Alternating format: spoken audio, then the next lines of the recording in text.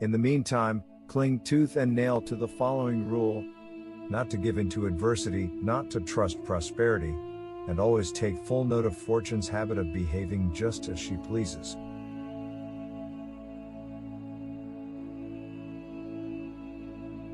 Whatever can happen any time can happen today.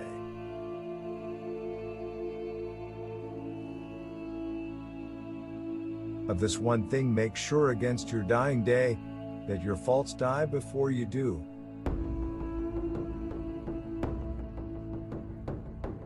You should live in such a way that there is nothing which you could not as easily tell your enemy as keep to yourself. It is of course better to know useless things than to know nothing.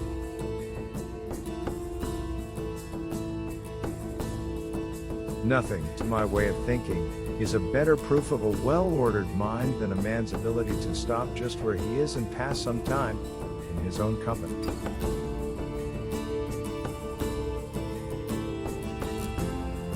He who has injured thee was either stronger or weaker than thee. If weaker, spare him. If stronger, spare thyself.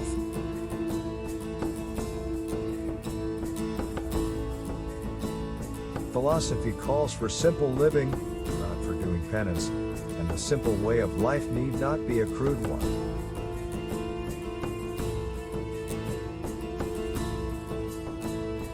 Withdraw into yourself, as far as you can. Associate with those who will make a better man of you. Welcome those whom you yourself can improve. The process is mutual, for men learn while they teach.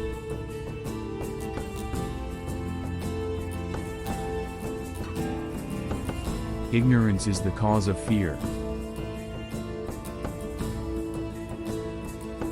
It is a great thing to know the season for speech and the season for silence.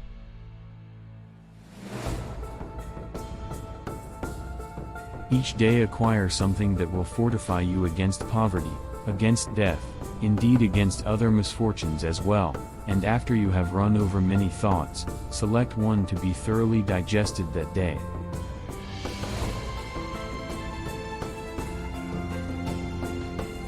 Nothing deters a good man from doing what is honorable.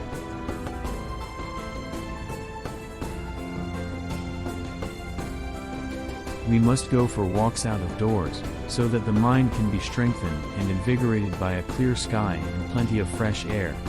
At times it will acquire fresh energy from a journey by carriage and the change of scene, or from socializing and drinking freely. Occasionally we should even come to the point of intoxication, sinking into drink but not being totally flooded by it, for it does wash away cares, and stirs the mind to its depths, and heals sorrow just as it heals certain diseases.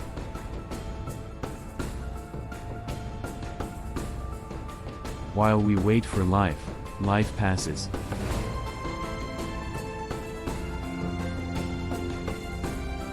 Death is the wish of some, the relief of many, and the end of all.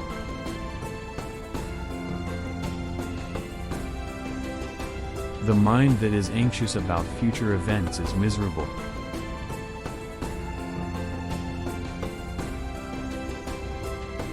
What need is there to weep over parts of life? The whole of it calls for tears.